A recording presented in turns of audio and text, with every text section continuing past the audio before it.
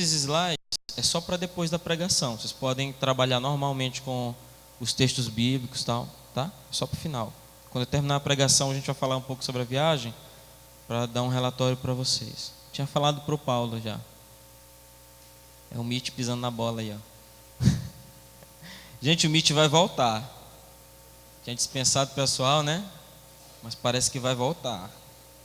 Estão batizando hoje a volta deles aí, ó. Lá em Lucas capítulo 3,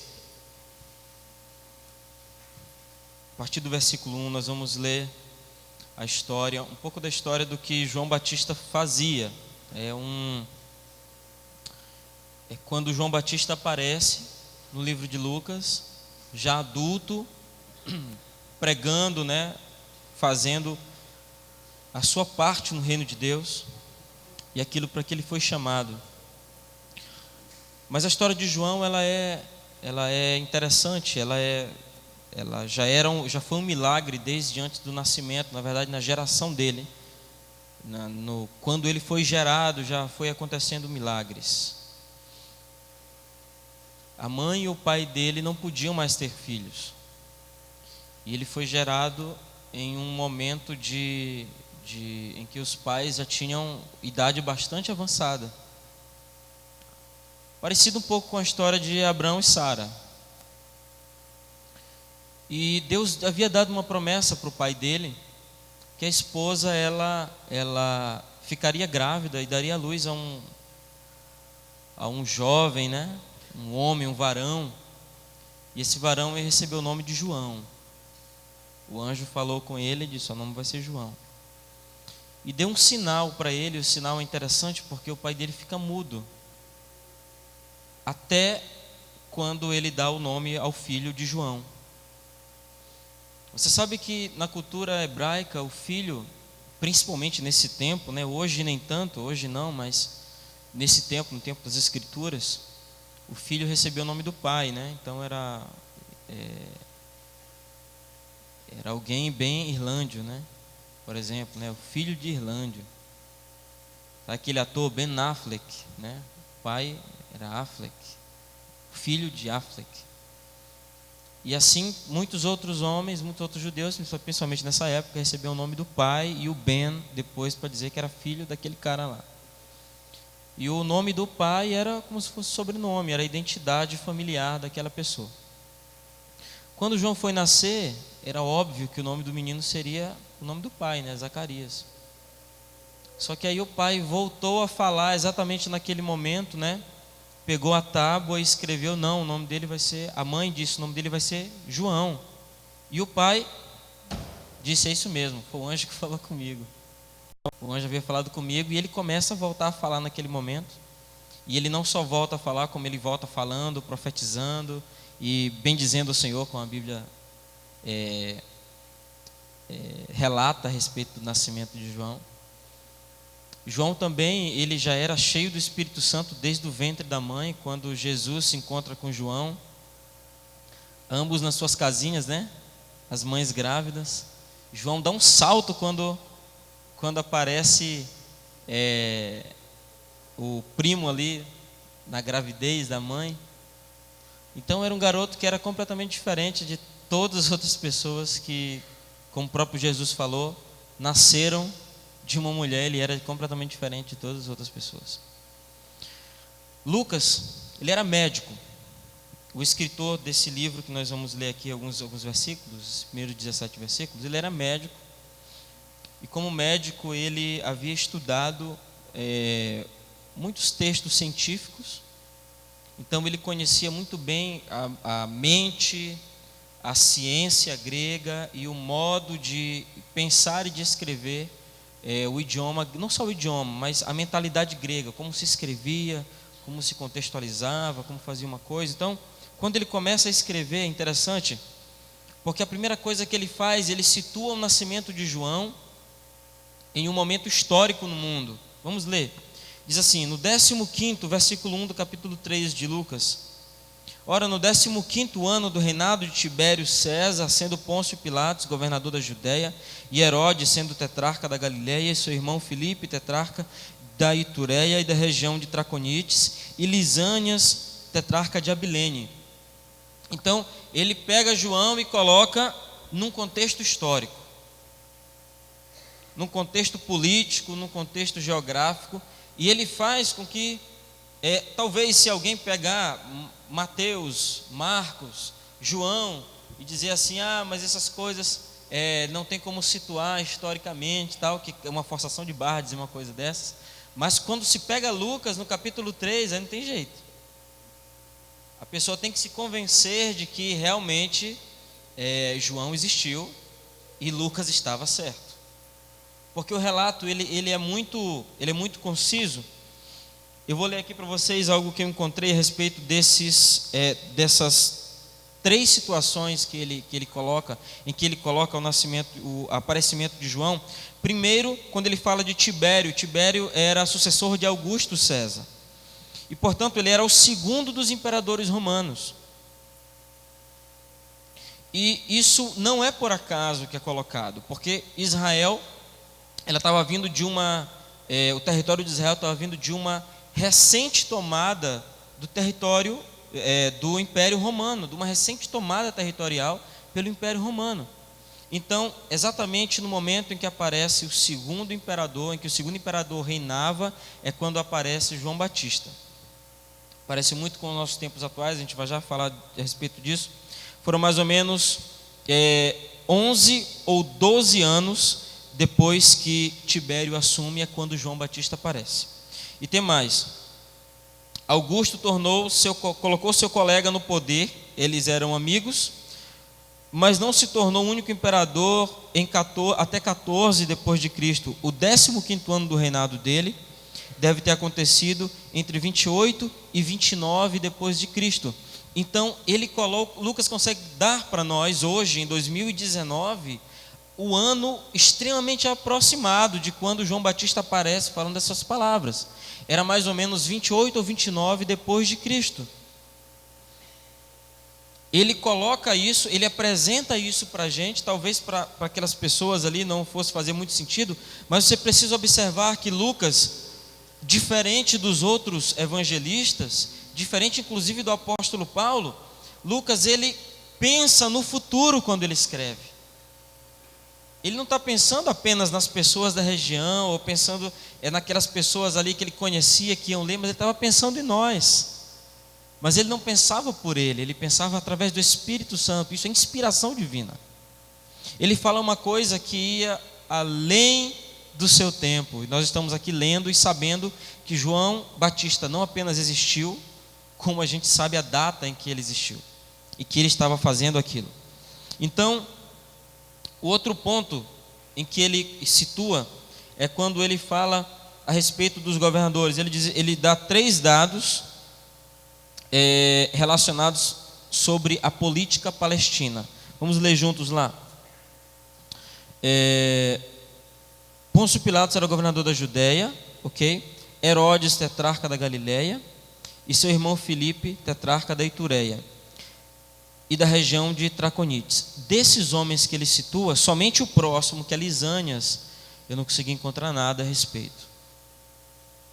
Não tem nenhum dado político ou alguma coisa nesse sentido falando de Lisânias, mas com relação aos demais, você tem, por exemplo, ele menciona o tetrarca, né? Tetrarca, inicialmente um tetrarca era um cara que era responsável por 1/4 de uma região tomada pelo Império Romano. Então, o Império Romano tomou aquela região que foi denominada primeiro Palestina, né?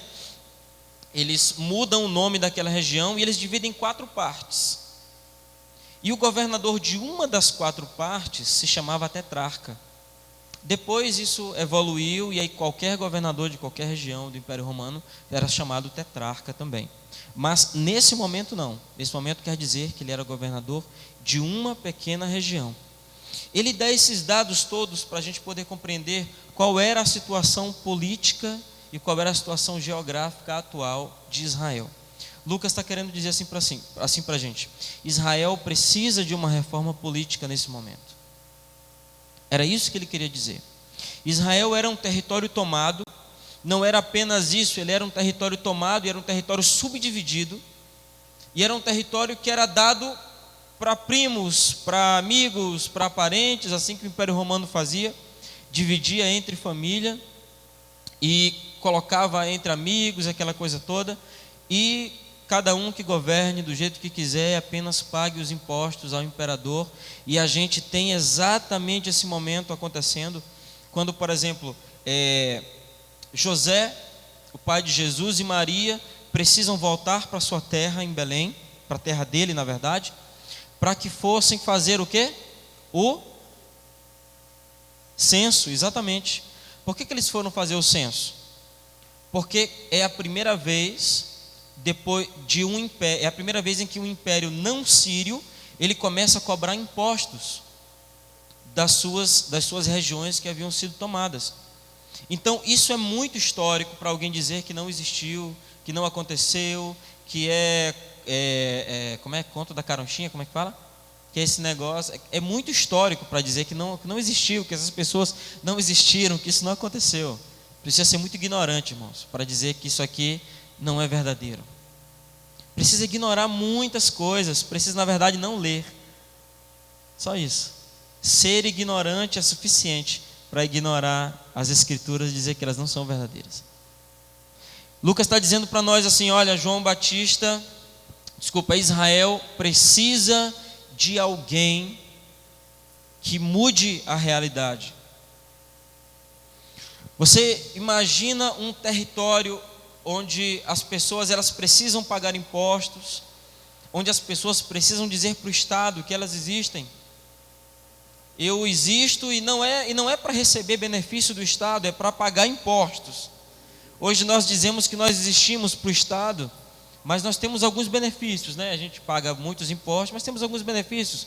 Tem o SUS, tem remédios aí, né? Essa coisa toda, internação, tem escola pública, tem uma série de coisas, né? Polícia, bombeiros e tal, todas essas coisas pagas com os nossos impostos, asfalto, iluminação pública, falando da iluminação pública e não da rede que chega em nossa casa, né? Que essa a gente paga para consumir, mas a iluminação pública ela é paga através de impostos, e uma série de outras coisas são benefícios trocados, mas nesse tempo não. Nesse tempo os impostos eram pagos, e se a pessoa não pagasse o imposto, ela ia se tornar um escravo. Ia se tornar um devedor, primeiro de um devedor para um escravo. A pessoa ia ser presa, ia ter que fazer trabalhos forçados, enfim. Era só para isso que servia. Israel de fato precisava de um Salvador. Israel precisava de quê? João Batista era o Salvador? Não. Depois que Lucas insere João Batista necessário, nesse contexto político, ele fala uma coisa lá no versículo 2.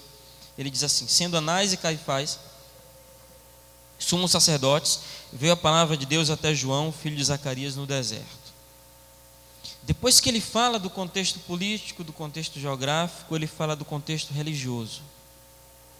Quando ele diz que Anás e Caifás eram sumos sacerdotes, Lucas está querendo dizer o seguinte: havia corrupção no templo. Se nós fôssemos trazer hoje para o nosso tempo, nós podemos dizer: havia corrupção na igreja, como há hoje corrupção na igreja.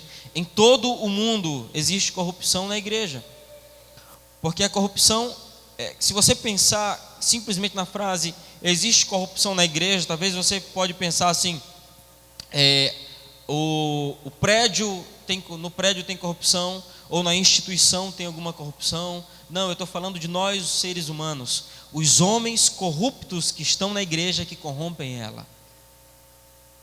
A palavra sumo sacerdote quer dizer o único sacerdote ou o superior sacerdote do serviço do templo. Então não podiam existir dois sumos sacerdotes, ok?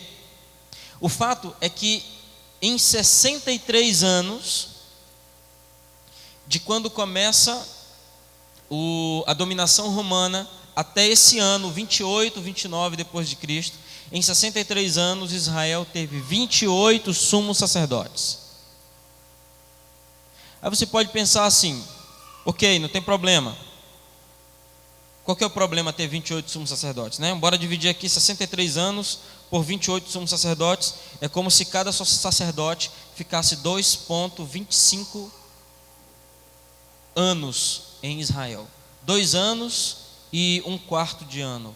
2 anos e 3 meses, mais ou menos, sendo sumo sacerdote do templo. Aí você me pergunta, qual o problema disso? É simples. É que o governo de um sumo sacerdote, ele era hereditário. Se ele era hereditário, ele duraria bastante tempo, 40 anos, 50 anos, 60 anos, depois passaria para o filho, passaria para outro filho. E a questão é, por que em 63 anos houveram 28 sumos sacerdotes? Por que os sumos sacerdotes ficaram apenas 2 anos e 3 meses aproximadamente cada um?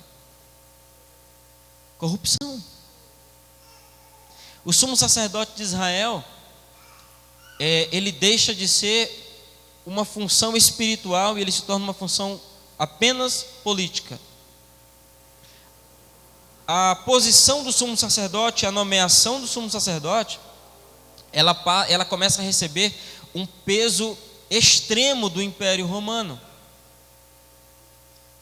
E o tetrarca, ele começa a influenciar na decisão de quem seria o sumo sacerdote. Anás tinha 3 filhos, mas nenhum dos 3 filhos se torna sumo sacerdote e cai para o genro dele, que era Caifás. Não eram irmãos gêmeos, que tem gente que pensa, né? Anás e Caifás eram irmãos gêmeos. Não. Passa de Anás para Caifás. Só que quando você vê, acho que em João capítulo 8, Jesus sendo levado para o sumo sacerdote, você vê que Jesus foi levado para o sumo sacerdote, que não era o sumo sacerdote principal, no caso de Caifás. Ele foi levado para o sumo sacerdote Anás, que era o mais importante sumo sacerdote. Então isso quer dizer que, além de existirem 2 sumos sacerdotes, e abre parênteses, essa foi a primeira vez que Israel teve 2 sumos sacerdotes. Além de terem 2 sumos sacerdotes, um deles era maior do que o outro. O mais velho era maior do que o segundo, do que o mais novo. Era mais importante. Se eram 2, eram para ser iguais. Primeiro que não era para existir 2 sumos sacerdotes, né? Mas se tinham 2 sumos sacerdotes, eram para ser de igual poder. Mas mesmo assim não tinham igual poder. Você entende o tamanho da corrupção no templo de Israel? Quando Jesus aparece sendo aclamado como rei de Israel, e as pessoas simples, inclusive uma profetisa chamada Ana, que havia recebido a revelação a respeito de Jesus, e aí quando ela vê que Jesus, ele aparece, ela começa a espalhar a notícia para as outras pessoas. E Ana, ela era viúva há muitos anos, ela era uma profetisa muito famosa e muito considerada no meio do povo de Israel naquele tempo. E a palavra que ela dizia para ela ser considerada profetisa, porque a palavra que ela profetizava, as coisas que ela dizia, eram coisas que eram verdadeiras. Agora imagina, essa mulher começa a falar, o Messias chegou, eu vi com os meus olhos o Messias, o nome dele é Jesus Cristo, ele está falando lá no templo agora. Imagina o pânico que se espalha no meio dos sacerdotes, principalmente dos 2 sumos sacerdotes de Israel. Um pânico generalizado, por isso eles não aceitam Jesus, nem cogitar a possibilidade de Jesus ser o Messias. Eles nem consultam as Escrituras, eles não se reúnem para falar a respeito disso. Quem quer saber apenas vai até Jesus e pergunta para ele se ele era o mestre, e Jesus começa a ensinar, e você tem vários exemplos a respeito disso. E João Batista, ele aparece nesse cenário em que o país está num caos, em que a igreja está num caos, e em que as pessoas estão num caos. Parece conosco ou não parece? Parece com o Brasil? Parece. Parece com a Alemanha? Parece. Eu soube a notícia recente de que a primeira-ministra Angela Merkel, ela não tem mais o direito de se recandidatar ao governo da Alemanha, mas ela estaria manipulando leis e tentando fazer com que ela pudesse ser reeleita. Isso é corrupção. A pastora falou um pouco hoje de manhã sobre 1906, não foi 1909, daquele tratado lá de Berlim. Depois ela vai falar mais profundamente com vocês. Foi um tema de uma pregação dela lá em Wittenberg. Mas, irmãos, o que aconteceu na Alemanha nesse ano, 1909, eles expulsaram o Espírito Santo do país. Eles não aceitaram o avivamento mundial que vinha acontecendo, e ele estava vindo de Gales, estava muito perto, ia atravessar o mar apenas, e ia chegar na Alemanha, e eles barraram aquilo lá. A gente não quer. Isso é das regiões de baixo. Eles disseram, ou seja, do inferno. A gente não quer o Espírito Santo. Depois ela vai falar para vocês em detalhes isso. Isso é corrupção. Corrupção é deixar de ter o estado original. É quando você começa a perder as propriedades. A primeira coisa que precisa acontecer para que haja corrupção é morte. Então o corpo morre e o corpo começa a entrar no estado de putrefação. Os vermes começam a comer, a carne vai apodrecendo. Isso é corrupção. As pessoas dentro da igreja, elas podem estar hoje aqui sentadas assistindo essa ministração, mas ao mesmo tempo estar em estado de putrefação. É quando você é um crente e você não pratica mais a palavra de Deus. É quando você é um crente e você não faz mais as coisas que estão escritas nas Escrituras. Você está sendo corrupto. Você não precisa ser um político para ser corrupto. Basta você não querer as coisas de Deus, você já está sendo corrupto. Basta você ignorar os ensinos do Senhor, você está sendo corrupto. O papel de João Batista, como é colocado por Lucas, é um papel de alguém que não veio salvar, mas alguém necessário, que veio abrir um caminho. E é muito interessante esse termo, abrir um caminho.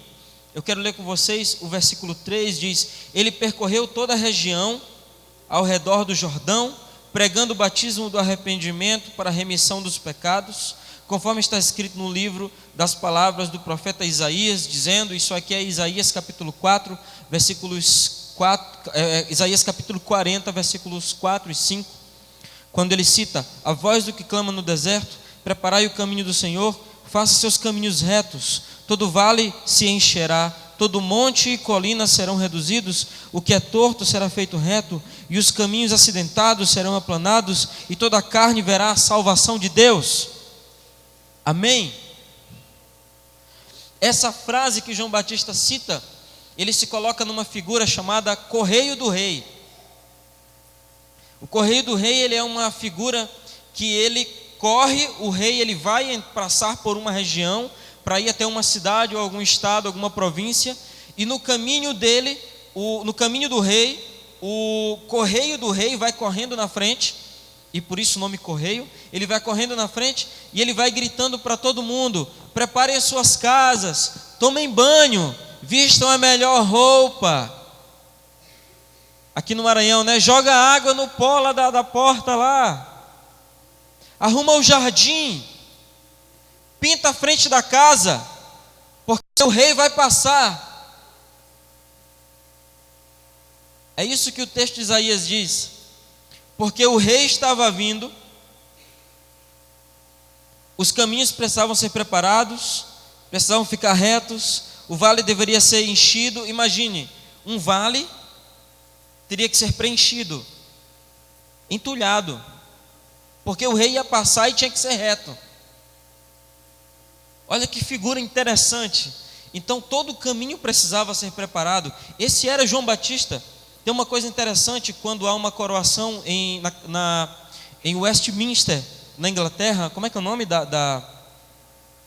de Westminster que se dá para lá na Inglaterra? É capela? Não, é outro nome. Abadia, a catedral, né?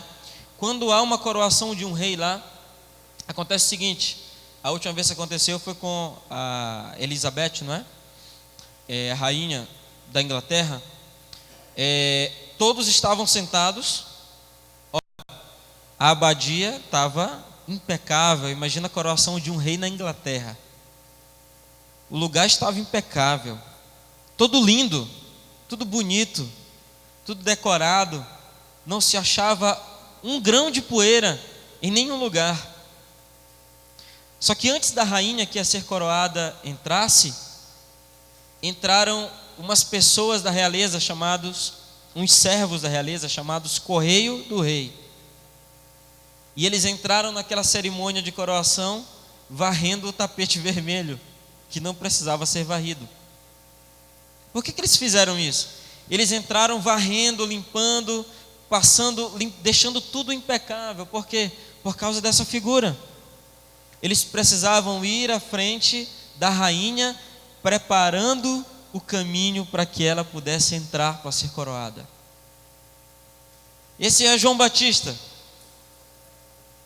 João Batista, ele aparece no momento em que os caminhos precisavam estar aplainados. Ora, a pregação de Jesus não era a mesma pregação de João Batista. Você sabe que a pregação de Jesus é chamada de... Como é chamada a pregação de Jesus? Evangelho, boas novas. A pregação de João Batista é chamada de pânico. São novas de pânico, novas de terror. João Batista chega pregando e ele diz assim: arrependei-vos, raça de víboras. João Batista morava no deserto e ele sabia que para afastar víboras e cobras e tal, essa coisa, eles precisavam fazer isso com fogo. Então ele ateava fogo num pedaço de pau e colocava naquele mato seco no deserto e as víboras corriam. E olha o que ele diz, geração de víboras, no versículo 7: quem vos advertiu para fugir da ira vindoura? Ele fala de ira como fogo, e ele diz assim: quem advertiu vocês? Ou seja, quem botou fogo em vocês para vocês correrem para cá? O nome desse é o Espírito Santo. O Espírito Santo é o fogo que faz a gente temer. O Espírito Santo é quem convence o homem do pecado, da justiça e do juízo. Essa pregação aqui não era aquela simplesmente ameaça, era aquela que, além de ameaçar, ele dizia assim: vocês estão com medinho de quê? Raça de víboras, estou vendo que vocês estão com medo. Quem botou fogo em vocês para fugir? Essa era a pregação de João Batista. Ele era o correio do rei. Era o cara que corria na frente e ensinava a limpar o caminho. Você precisa aplainar o seu caminho. Prepare o seu jardim e pinte a casa. Abandone os seus pecados. Quem quer ser santo, venha se batizar. Eu me lembro muito de Lutero. Porque Lutero, ele era meio João Batista, né? Era pegado, era bruto. João Batista era desse jeito. Era bruto, era ignorante, era aquele cara, mas quando ele viu Jesus chegando, ele se quebrou todinho. João Batista, ele começa essa pregação dele. Lucas coloca ele dentro desse contexto e imediatamente ele já insere João Batista falando. Quando ele começa com a citação do texto de Isaías capítulo 40, e João Batista começa a falar essas coisas todas, e começa a acontecer uma coisa muito interessante entre as pessoas. Elas começam a perguntar para João Batista: como? Diga como? Como eu devo fazer? As pessoas começam a perguntar para João Batista: como eu devo fazer? Nesse momento nós temos um tempo diferente do nosso. Porque com a pregação dura de João Batista, a multidão corria para ele, e por isso ele debochava deles, ele brincava: raça de víboras, quem colocou fogo em vocês para fugirem? Para virem para cá para o arrependimento? E mesmo assim as pessoas com essa pregação dura chegavam para ele e perguntavam: como que a gente faz? E João Batista começava a batizar as pessoas, e esse batismo dele era diferente do batismo de Jesus, dos apóstolos, porque era um batismo para arrependimento. O batismo de Jesus e dos apóstolos era um batismo de confissão pública da fé. Eles eram batizados para dizer para o mundo, os discípulos de Jesus, os apóstolos e Jesus, as pessoas eram batizadas na época de Jesus para dizer ao mundo que eles aceitavam Cristo como Salvador, que eles reconheciam a morte e a ressurreição de Cristo. Mas o de João Batista não, Cristo não havia ainda morrido e ressuscitado. Cristo não havia aparecido ainda no cenário total. Cristo havia aparecido em alguns momentos, conversando com doutores, sendo divulgado por Ana, e fazendo o milagre de transformar água em vinho em um casamento em Caná, na Galileia. E assim, e naquele filme, né? Qual é o nome do filme de Jesus? O Menino Messias, né? Que foi para o cinema outro dia. Jesus ressuscita um passarinho também. Então acontece ali uns milagres específicos de Jesus, né? Esse é o cinema, irmão. O cinema permite fazer essas coisas que não estão escritas, né? E é engraçado até. Então Jesus ele fez esses milagres e essas aparições específicas, mas ele não havia ainda aparecido em público como ele vai aparecer para João Batista agora. Não havia aparecido ainda. Então João estava preparando de fato o caminho para que o Rei Jesus aparecesse. De fato, as pessoas precisavam em primeiro lugar reconhecer a necessidade do Salvador. Por que esse tempo é diferente do nosso? Porque com uma pregação dura dessas, as pessoas corriam para ele e perguntavam: como que a gente faz? João, nós estamos dando crédito ao que você está falando. Está duro, mas a gente está dando crédito. Dói, mas a gente quer saber como. Hoje, quando a gente fala, as pessoas tapam os ouvidos. Quando a gente ministra, quando a gente fala uma palavra um pouco mais dura, ou quando a gente fala aquilo que Deus está mandando que seja falado, as pessoas não querem mais ouvir. Elas colocam as mãos nos ouvidos. Eu não quero ouvir essa palavra, ela não é para mim, deve estar alguma coisa errada. Deve ter algo errado. Eu tenho 5.000 amigos. Porque não dá para ter mais? Já dá para ter mais no Facebook? Já? Vocês que usam o Face aí? É só estar 5.000 ainda? Ou é mais? Tu que é... Não? Não sabe, né? Rapaz, nessa hora ninguém sabe, o negócio é... Ok, que eu não sei mais quantos amigos precisa ter no Facebook. Pode ter, né? Mas eu tenho 5.000 amigos e ninguém fala disso para mim, que eu estou ouvindo na igreja. Tem alguma coisa errada na igreja?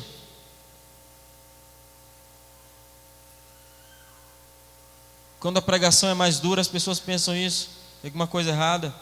Teve até uma pessoa que começou a vir para a igreja, e aí foi vindo, e aí depois ela disse: eu não vou mais nessa igreja, porque quando eu chego do jeito, quando eu saio é pior. Tem um pregador inglês que me falta agora o nome dele. Depois de uma pregação, alguém foi elogiar a pregação dele. Diz: olha, você pregou muito bem, a sua hermenêutica foi perfeita, a sua exegese foi fantástico, você é um grande teólogo. Aí ele olhou para a pessoa e disse assim: mas o que ela fez contigo? Se ela não fez nada contigo, não prestou para nada para mim. Não serviu para nada.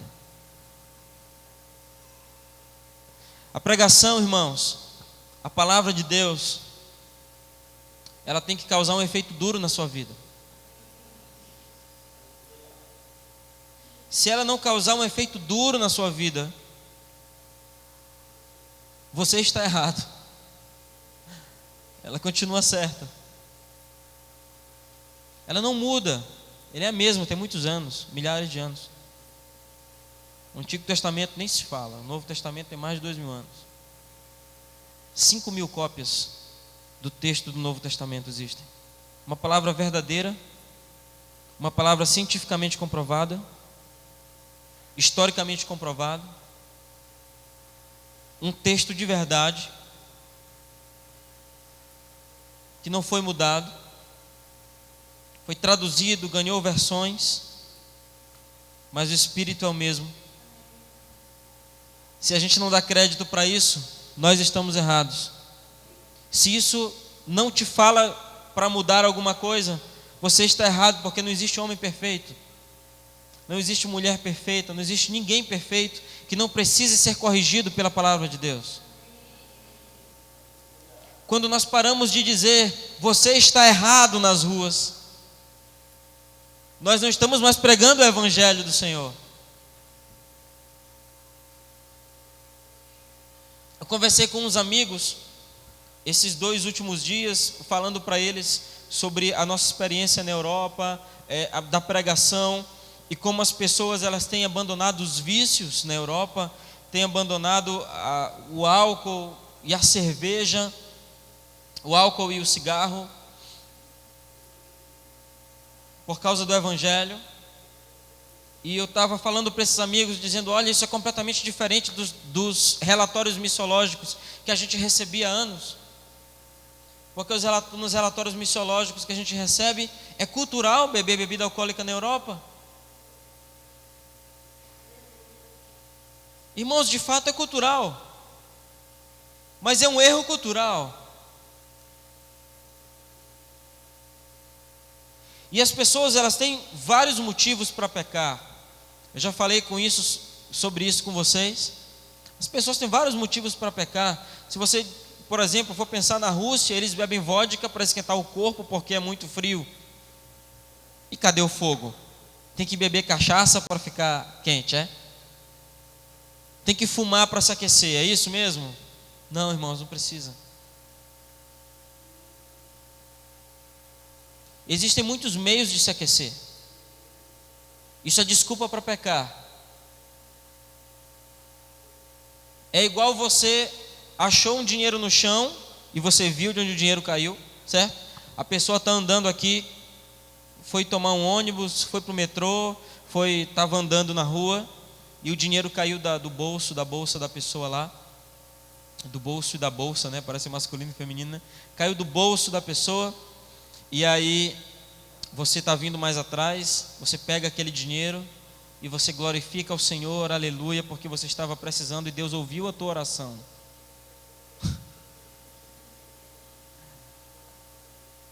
Tem desculpa para tudo para pecar.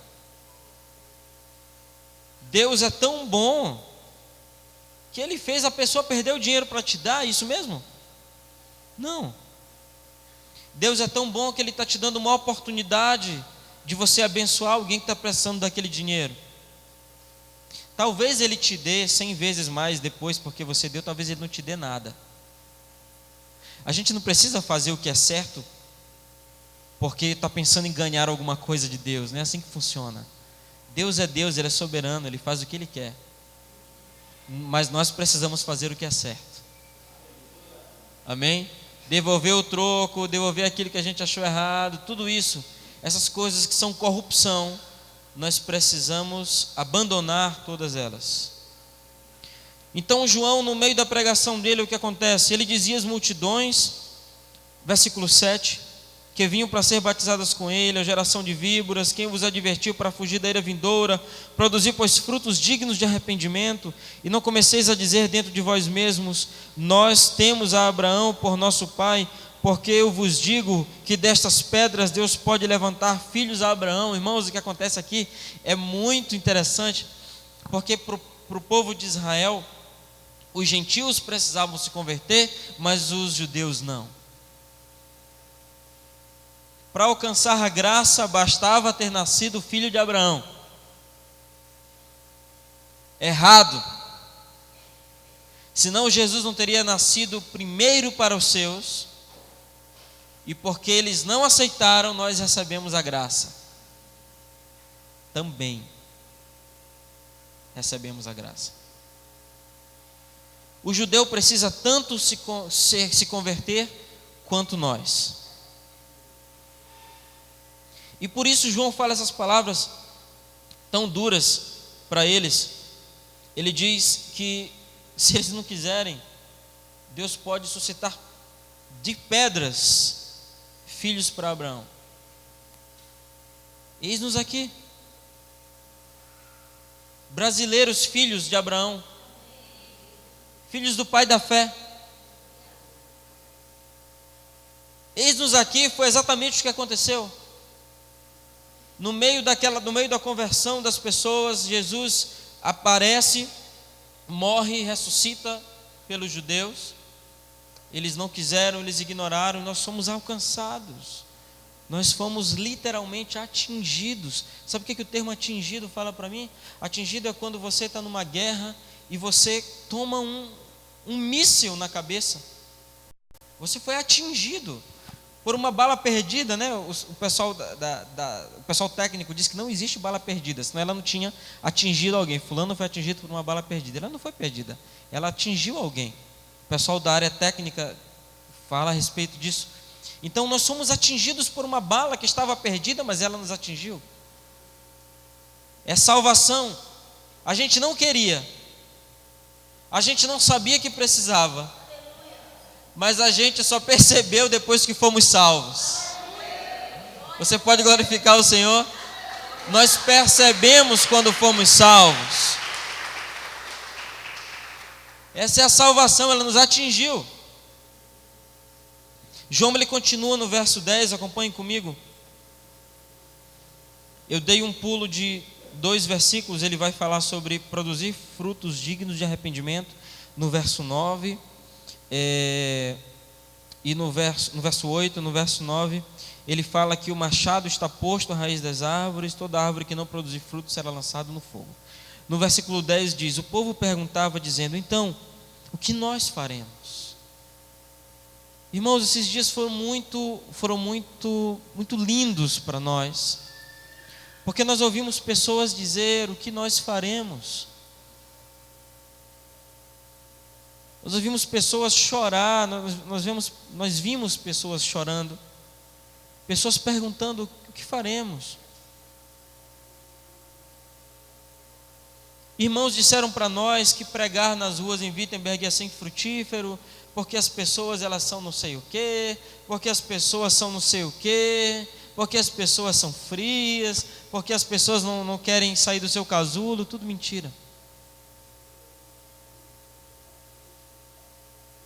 O wittenbergense é a pessoa que mora em Wittenberg, assim como o ludovicense, que é a pessoa que mora em São Luís. Eles estão sedentos, irmãos. Eles estão sedentos. Sabe por que os crentes não querem mais ouvir a pregação dura de arrependimento? Porque já cansaram de ouvir. Hoje de manhã, quando eu estava ministrando louvor, eu falei, nós estamos acostumados com a correnteza do Espírito Santo. Natanael é pescador. A primeira vez que tu entrou numa correnteza lá naquela maré lá de São José de Ribamar, ficou com medo, não ficou? Eu fiquei com medo a primeira vez, não sou pescador, mas a gente entrei na maré para pescar siri. Eu fiquei com medo. O negócio ali é tenso. Começa normal, a água vai rasinha, né? Nos tornozelos, aí vai desce subindo para a canela, aí atinge o joelho, quando está na altura da cintura está tudo bem, mas aí quando tu pisa no corredor de água, irmão, o negócio é tenso. Quando tu percebe que a terra ela não é firme e a correnteza te arrasta, aí a gente fica com medo. Só que tem um momento que o pescador não teme mais, né? Vai para a maré alta, dorme lá, passa a madrugada, não tem mais medo, se acostumou com a correnteza. Nós estamos assim, acostumados com a água acima da cabeça.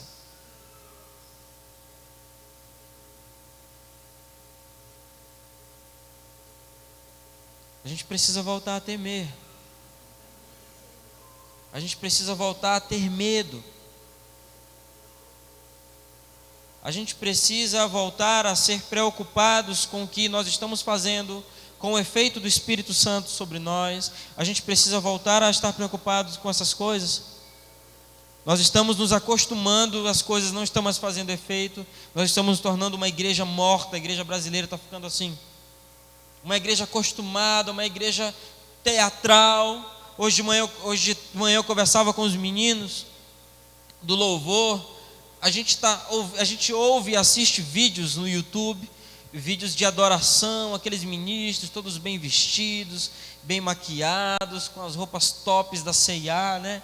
Aquela coisa toda, os instrumentos né, lindos ali, instrumentos do céu, quando toca anjo desce.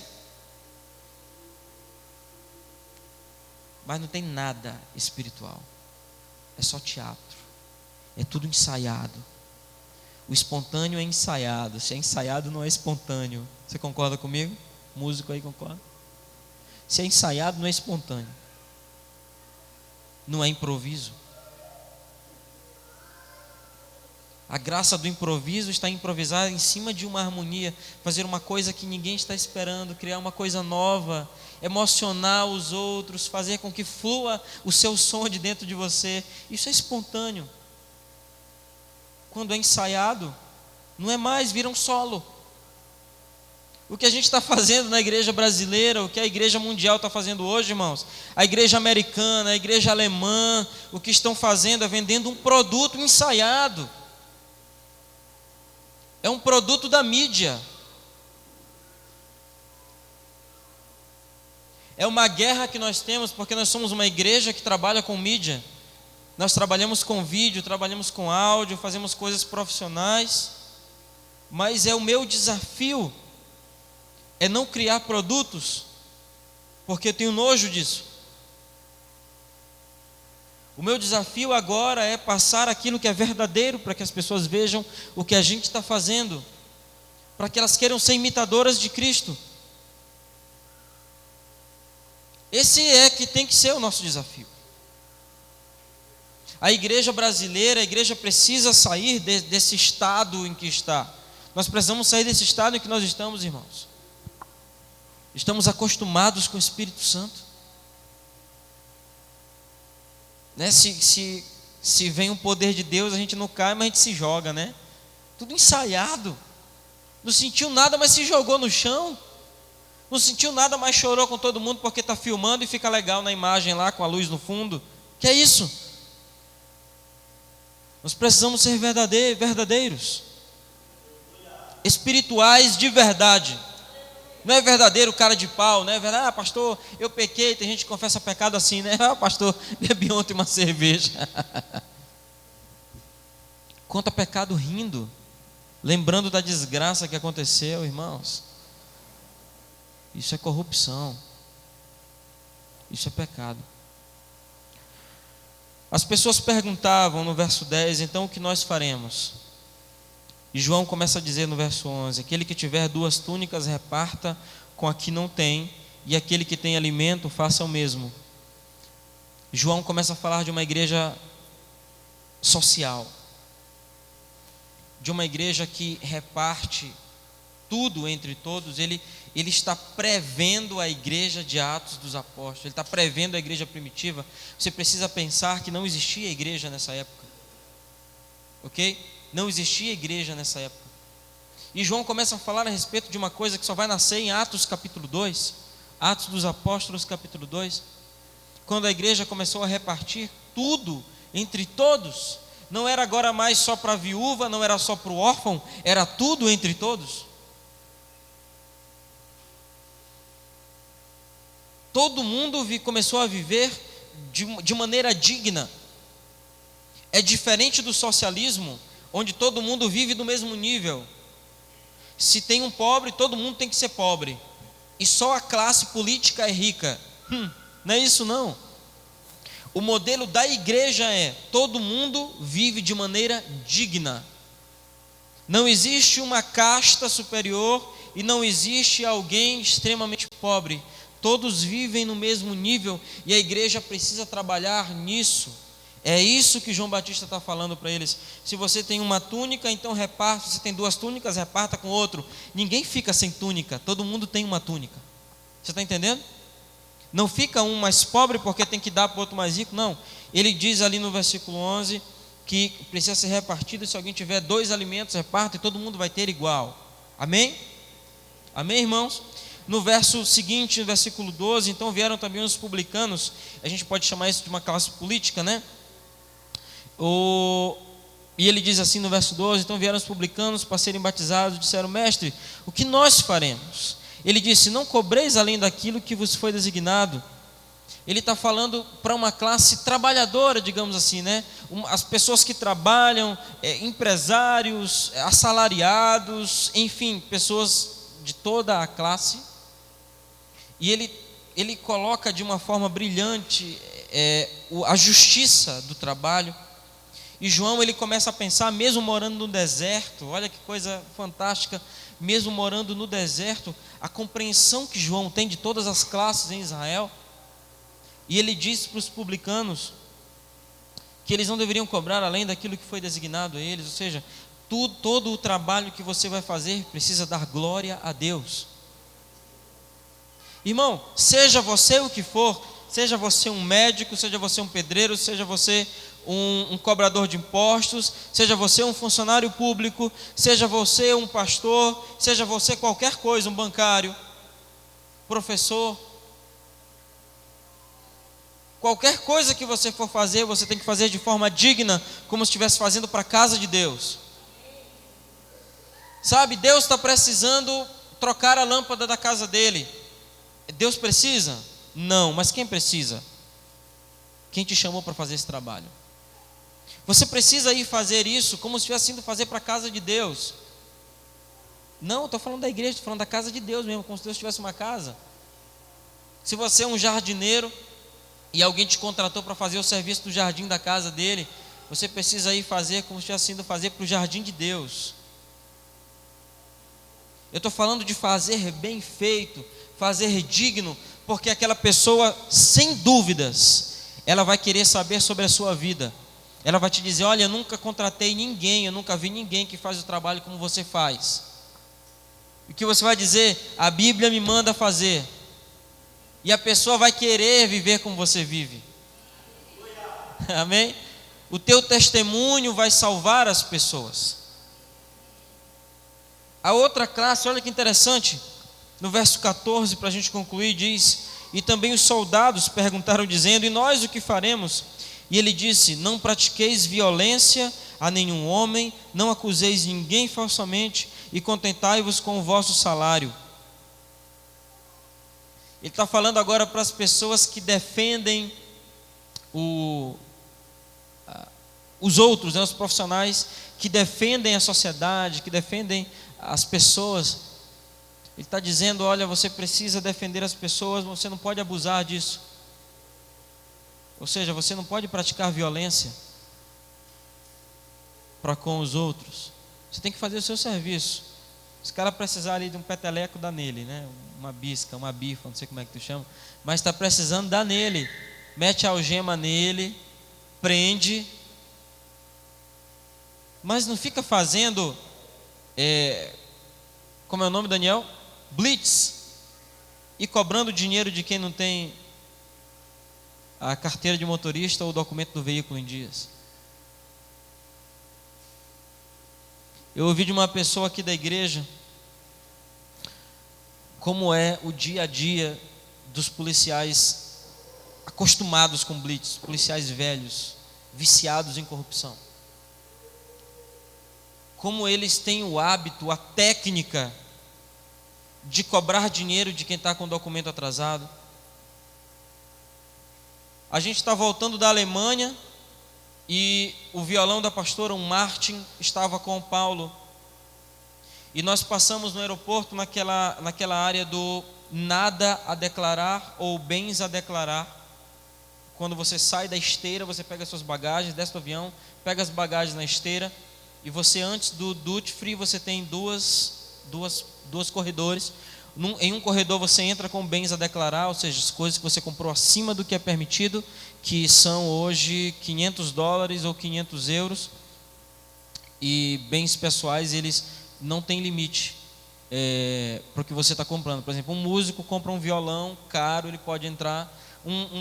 Uma pessoa que trabalha com filmagem comprou um notebook caro para aquele trabalho dele, ele pode entrar com aquilo mesmo acima da cota, porque é um instrumento de trabalho pessoal, ele pode entrar, isso é legal, isso está na lei.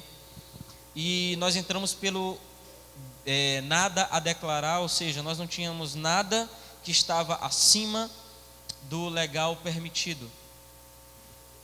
E ele estava com o violão da pastora, um violão Martin, que é muito conhecido mundialmente. e tinham 3 gaviões, eu vou chamar de gaviões, 3 corvos. Sabe aquela parábola de Jesus? Quando cai uma semente na beira do caminho, vieram os corvos e comeram aquela semente. Esses 3 corvos estavam no corredor do nada a declarar, e Paulo passava com o violão, estávamos nós 2 na frente, Paulo logo atrás da gente, e aí um cara já viu, já ficou desesperado, o primeiro corvo, funcionário da Receita Federal, desesperado, cara, um Martin, e aí já fez um para o outro lá da frente, aí os 3 gritaram juntos: ei, você do violão, entra aqui. Aí eu dei uma olhadinha para trás, o Paulo entrando, não falei nada para ela. Aí Paulo já mandou logo uma mensagem para mim. Rodolfo me ligou e começou aquele negócio, né? Aí a gente sai. Quando a gente sai, cadê meu violão? Eu falei: não, tá com o Paulo ali. Ele foi chamado, mas não vai acontecer nada. Eu falei para ela. E Paulo relatou para a gente quando ele saiu o que aconteceu. Ele disse que quando ele entrou na sala do fiscal, né? Do corvo fiscal, o cara estava com o celular na mão e disse: isso é um Martin, né? Olha que bandido. Porque um cara dessa área, ele tem que chegar independente do bem, ele tem que ser neutro. Ele precisa apenas perguntar: o que você tem em mãos? Você tem nota fiscal disso? Isso já foi pago o imposto? Quanto custa? Ele não foi nem para quanto custa, ele não quis nem saber se tinha um tonante dentro, sabe? Violão tonante, aquele violão horrível de R$100. Ele viu a capa escrito Martin Guitars, e aí ele disse: isso é um Martin, né? E já virou de costas para Paulo, pegou o celular e começou a ver o preço do Martin, porque ele queria taxar o violão. A taxação é 60% aproximadamente.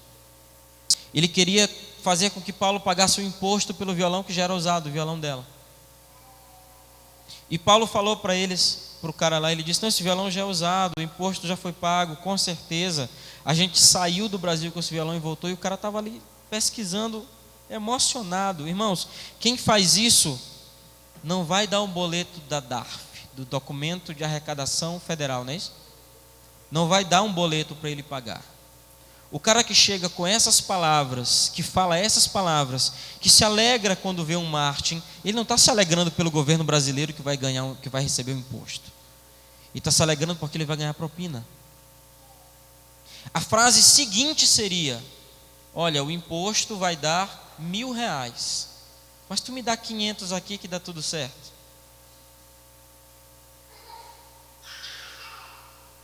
Corrupção.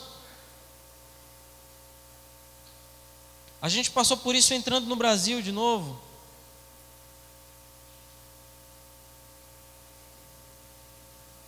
O nosso país, irmãos, ele precisa de pessoas como João Batista. Pessoas que vão preparar o caminho. Pessoas que vão anunciar que o Messias já nasceu. Que o Messias, na verdade, está para voltar.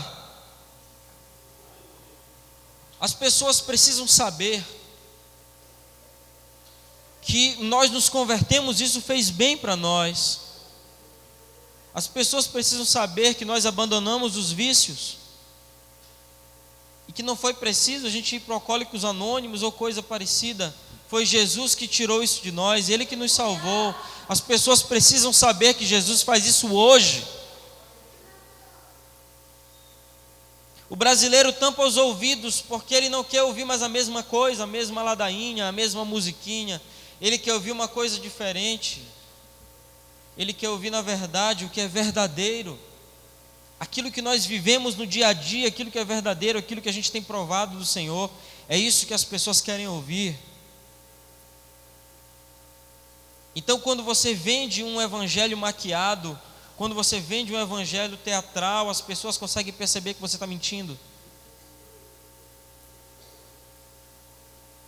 Eu fico muito chocado com uma igreja, quando nós estivemos em Londres, e nós chegamos no Brasil e a gente fez o check-in em um lugar em Londres, check-in no Facebook. E essa igreja paga a rede social para saber as pessoas que fizeram check-in na região. E quando essa igreja, uma igreja grande, muito famosa, na Austrália, no mundo todo, essa igreja começou a entrar em contato comigo em português, pelas mensagens do Facebook, e começou a apelar, irmãos, apelar. Nós vimos que você esteve na Inglaterra. Eu disse, sim, estivemos com um grupo, tal, não sei o quê. Um grupo de pessoas que foram visitar, cristãos, fomos a Israel, tal. Você sabia que tem muitas pessoas passando fome na África?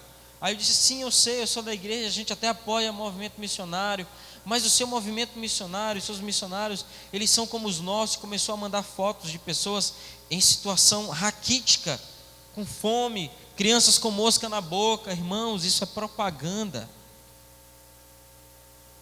fazendo a propaganda da desgraça, fazendo um espetáculo, como ela está falando, como a pastora está falando, fazendo um espetáculo da desgraça alheia, como se nós não estivéssemos fazendo nada, e a pessoa finaliza dizendo, olha, você precisa doar alguma coisa, porque as crianças estão precisando. Eu falei, mas a gente tem uma escola social lá no nosso bairro, a gente ajuda as crianças pobres também. Não, mas você tem que dar o dinheiro para nosso projeto social. Nojento, que coisa nojenta. A igreja fazendo isso. Por que a igreja não faz como Jesus ensinou? Não sai dizendo por aí, e aí é meu problema com os televangelistas, né? Não sai dizendo por aí o que foi que eu te fiz. Quando Jesus curava, quando Jesus fazia alguém enxergar, andar, não sai divulgando aí, né? Não faz propaganda, não vai para a televisão dizer que a mão de Deus está aqui. Não sai fazendo isso, não. Jesus queria dizer, como ele disse para aquela mulher que foi pega em adultério, vai e não peques mais, irmãos. Isso é suficiente, isso é testemunho, isso salva. Ele não apenas está dizendo para você testemunhar, mas ele está dizendo para você, não peques mais. Você não peques mais, você não peques mais. É testemunho, é pregação, a tua vida é, mas ele está preocupado com você. Ele diz, você não peques mais. Amém, irmãos? Vamos orar. Quero te convidar a ficar de pé no seu lugar.